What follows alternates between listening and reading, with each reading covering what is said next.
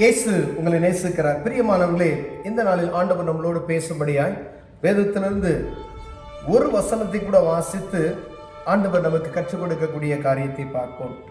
அது எசேக்கியேல் தீர்க்கதரிசியின் புஸ்தகம் 33வது அதிகாரம் 11வது வசனம் இப்படியாக சொல்லுகிறது. கர்த்தராகிய ஆண்டவர் உரைக்கிறது என்னவென்றால், நான் துன்மார்க்கனுடைய மரணத்தை விரும்பாமல் துன்மார்க்கன் தன் வழியை விட்டு திரும்பி பிழைப்பதையே விரும்புகிறேன் என்று என் ஜீவனை கொண்டு சொல்லுகிறேன். இஸ்ரவேல் வம்சத்தாரே, உங்கள் பொல்லாத வழிகளை விட்டு திரும்புங்கள், நீங்கள் ஏன் சாக வேண்டும் என்கிறார் என்று அவர்களுடைய சொல்லு. பிரியமானவர்களே, கர்த்தரும் இரட்சகருமாய் இருக்கிறவர் எசேக்கியேல் தீர்க்கதரிசியை பார்த்து, என் ஜனங்களை குறித்து ஒரு தீர்க்க தரிசனம் உரை என்று சொல்லி அங்கு சொல்லுகிற ஒரு வார்த்தையை பார்க்க முடிகிறது. ஆண்டவர் விரும்புகிறது துன்மார்க்கன் அழிந்து போக வேண்டும் என்பதற்காக அல்ல என்று சொல்லுகிறார். நீ பாவியா இருக்கலாம், நீ எப்படிப்பட்ட பாவியாகவும் இருக்கலாம். ஆனா ஆண்டவர் சொல்லுகிறார், அந்த மனிதன் அழிந்து போவதற்கு, அவன் சாவதற்கு நான் பிரியப்படவே இல்லை என்று சொல்லுகிறதை நான் பார்க்க முடிகிறது. இப்ப ஆண்டவருடைய விருப்பம் எந்த மனிதனும் கெட்டு போகக்கூடாது என்பதே. ஒருவேளை யாரை தேடி ஆண்டவர் வந்தார்? பாவிகளை ரட்சிக்கும்படியாவே கிறிஸ்து இயேசு உலகத்திற்கு வந்தார் என்று வேதம் சொல்லுகிறது. பிரியமானவர்களே, இங்கு தீர்க்கதரிசிட்ட சொன்னார் பாருங்களேன், அவன் சாகணுன்றதை நான் விரும்பல, அவன் மனம் திரும்பணும் அப்படின்றதையே நான் நினைச்சேன். அவன் துன்மார்க்கன் தன் தனியை விட்டு திரும்பி பிழைப்பதையே விரும்புகிறேன். பாருங்க, துன்மார்க்கன் தன் வழியை விட்டு திரும்பி பிழைப்பதையே விரும்புகிறேன் என்று ஜீவனை கொண்டு சொல்லுகிறேன். இஸ்ரவேல் வம்சத்தாரே, கர்த்தருடைய பிள்ளைகளே, உங்கள் பொல்லாத வழிகளை விட்டு திரும்புங்கள் என்று அவர்களுடைய சொல்லு. ஏன் நீங்கள் சாக வேண்டும்? எவ்வளோ ஆண்டவர் பிரியமாய் இருக்கிறது நிமித்தமாய் இந்த வார்த்தையை நம்மளோடு பேசுகிறதை பார்க்க முடிகிறது. பிரியமான திரும்புங்கள், மீண்டும் சொல்றார் திரும்புங்கள் என்று ஒரு அழுத்தம் திருத்தமாய். நீங்க கடினப்படுத்தாதீங்க உங்க இருதயத்தை. ஏன் நீங்க சாக வேண்டும்? ஏன் நீங்க நஷ்டப்பட வேண்டும்? ஏன் நீங்க கஷ்டப்பட வேண்டும்? ஏன் இந்த வியாதியில் வருத்தப்பட வேண்டும்?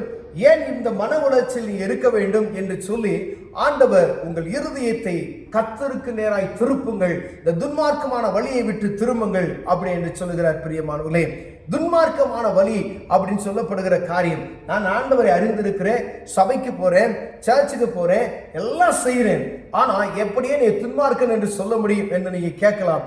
ஆனா கர்த்தருடைய சத்தத்துக்கு செவி கொடுக்காதபடிக்கு நீங்க ஆலயத்துக்கு போகலாம், வேத வாசிக்கலாம், ஜெபிக்கலாம், ஏதோ கடமைக்காய் அதை செய்துவிட்டு நீங்க என்ன செய்யறாங்க? கடந்து போயிருங்க. அவ்வளவுதான், ஒரு கடமையை அதை செய்துவிட்டு கடந்து போயிருங்கள்.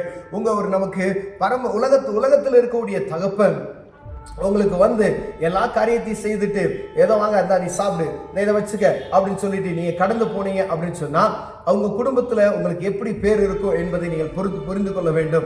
ஒரு நல்ல தகப்பன் என்பதற்கு அதுக்கு அர்த்தமே இருக்காது. பாருங்களேன், ஏதோ கடமைக்கு வராரு, கடமைக்கு போறாரு அப்படின்ற மாதிரி தான். அதே போலதான் ஆவிக்குரிய வாழ்க்கையிலும் பரம தகப்பனாகிய நம்மளுடைய தகப்பன் விரும்புகிற, என் புள்ள என் வீட்டுல என்னோட வாசம் செய்ய வேண்டும் என்று விரும்புகிறார். பிரியமானவர்களே, ஏன் அப்படின்னா எந்த மனிதனும் கெட்டு போக கூடாது, என் பிள்ளை கெட்டு போக கூடாது. அவன் துன்மார்க்கமா இருக்கிறான், அவன் இந்த உலகத்துக்குள்ளதான் இருக்கிறான், இந்த பாவம் அவனை சூழ்ந்து கொண்டு இருக்கிறது, அந்த பிடியிலிருந்து அவனை வீட்டுக் கொள்ளும்படியாகவே இந்த மாதிரி ஊழியக்காரர்களை நான் ஏற்படுத்தி வைத்திருக்கிறேன். ஐயா, உங்களுக்கு யாரோ வந்து நீ மதுபான பிரியனே, நீ மதுபானத்திலிருந்து நீ எப்படியாவது மனம் திரும்புறீங்க, அநேக இடங்கள்ல சொல்லப்படுகிற அந்த காரியத்தை நாம் கேட்போம்.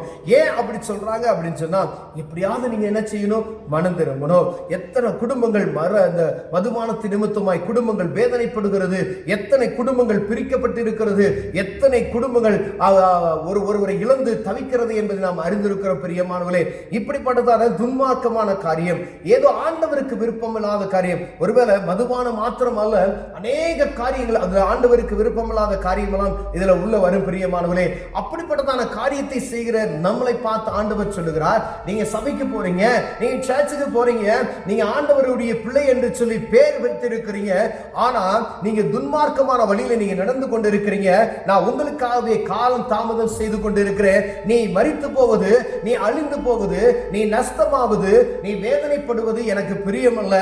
நீ எப்படியாவது இந்த துன்மார்க்கத்தை விட்டு நீ திரும்பி விடுவாய் என்பதற்காக என்னுடைய ஊழியக்காரர்களை மீண்டும் மீண்டுமாய் உங்கள் சமூகத்தில் வந்து ஏதாவது அவங்க சொல்லுகிற வார்த்தை நீ கேட்டுவிட மாட்டாய் என்று சொல்வதற்காக அநேக ஊழியக்காரர்களை உன்னோட நான் செய்கிறேன் அனுப்பி கொண்டே இருக்கிறேன். நீ அந்த சத்தத்துக்கு செவி கொடுத்து உன் இருதயத்தை திருப்பி என் சமூகத்துக்கிட்ட வந்துரு அப்படின்னு சொல்றார் பிரியமானவர்களே.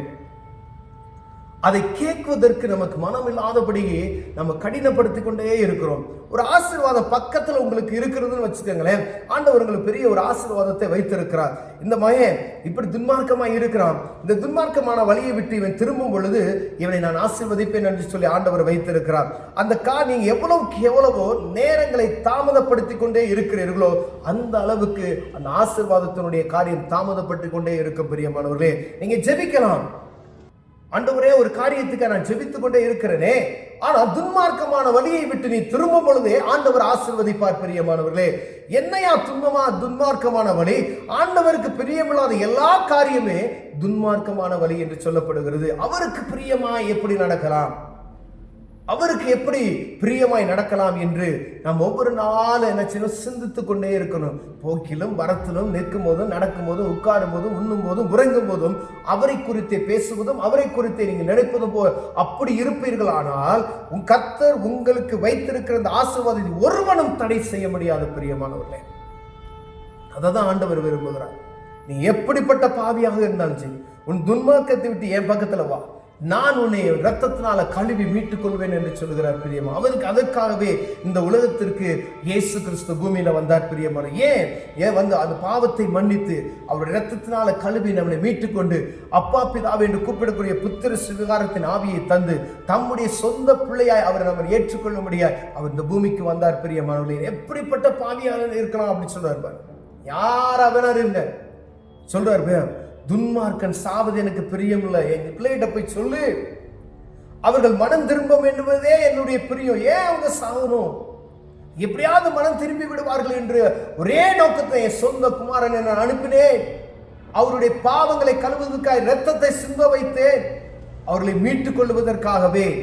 எந்த ஒரு மனிதன் அதை அறிந்து கொண்டு பாவ மன்னிப்பின் நிச்சயத்தை பெற்றுக் கொள்கிறானோ அவன் ஆண்டவருடைய பிள்ளையாய் மாற்றப்படுகிறான் என்பதை நாம் அறிந்து கொள்ளணும். பிரியமானவர்களே, யாராவனா இருக்கலாம், தேவ சமூகத்திலும் ஆண்டவரே என் பாவத்தை மன்னிங்க, இரத்தத்தினால என்னை கழுவுவீர்கள் என்று சொல்லுவீர்களானா உங்கள் எல்லா துன்மார்க்கமான வழியை விட்டு ஆண்டவர் சுத்திகரித்து உங்களை புதிய மனிதனாயவர், அவருடைய சொந்த பிள்ளையாய் உங்களை ஏற்றுக்கொள்வார். பிரியமானவர்களே, அதுவே ஆண்டவருடைய ஆசீர்வாதம். அவரே அவருக்கு கொடுக்க வேண்டிய நீங்க கனமும் மகிமை. பிரியமானவர்களே, ஒருவேளை நம்ம இருதயத்தில் ஆண்டவர் பேசுவாரானா, ஆண்டவரே நான் துன்மார்க்கமான வட்டியை எல்லா வழிகளையும் விட்டு நான் வழியை வந்துடுறேன்ப்பா, என்னை சுத்திகரிங்க, இரத்தத்தினால கழுவுங்க, உமக்கு எப்படி நான் பிரியமாய் நடக்கலாம் என்று சொல்லி எனக்கு ஞானத்தை தாங்கன்னு சொல்லி கேட்பீர்களானால் கேட்ட நிமிஷத்தில் ஆண்டவர் உங்களுக்கு அற்புதத்தை செய்வார், அதிசயங்களை செய்வார். கண்களை மூடுவோம், ஜெபம் செய்வோம். அன்பு தகப்பனே, ஆண்டவரே துன்மார்க்கமான வழியை விட்டு திரும்பி ஆண்டவரே ஆண்டவருக்கு விருப்பமான பாதையில் நடப்பதற்கு எங்களுக்கு உதவி செய்யுங்க. ஆண்டவரே, நீங்க சொல்றீங்க இந்த பாதையில விட்டு வெளியே வா, அவனை ஆசீர்வதிப்பேன் என்று சொல்லி ஆசீர்வதிக்க தடையா இருக்கிற எங்க துன்மார்க்கமான காரியங்கள் எந்த செயல்களும் எல்லா செயல்களை விட்டு வெளியே வர எங்களுக்கு உதவி செய்யும். இயேசுவின் நாமத்தில் பிதாவே, ஆமென்.